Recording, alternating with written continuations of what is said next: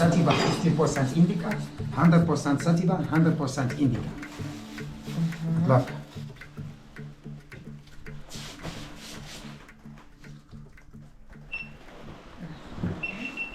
Like this we know the quality. How we know is the best quality, they have to be black and make bubbles.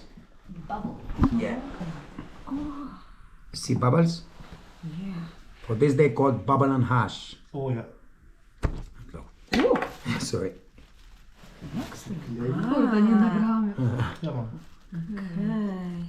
No more bitter hash than this because we are in the farm. This hash go everywhere in the world from here. 80% of hash in the world is from Morocco. From Morocco, yeah.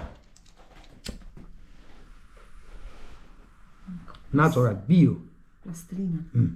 Yeah, like goo. And if she doesn't make this, it's not good quality. Okay. She have to be black. Yeah, black? Yeah, if not. Yesterday you say if it is be black, then it's not good. No, if be black is good.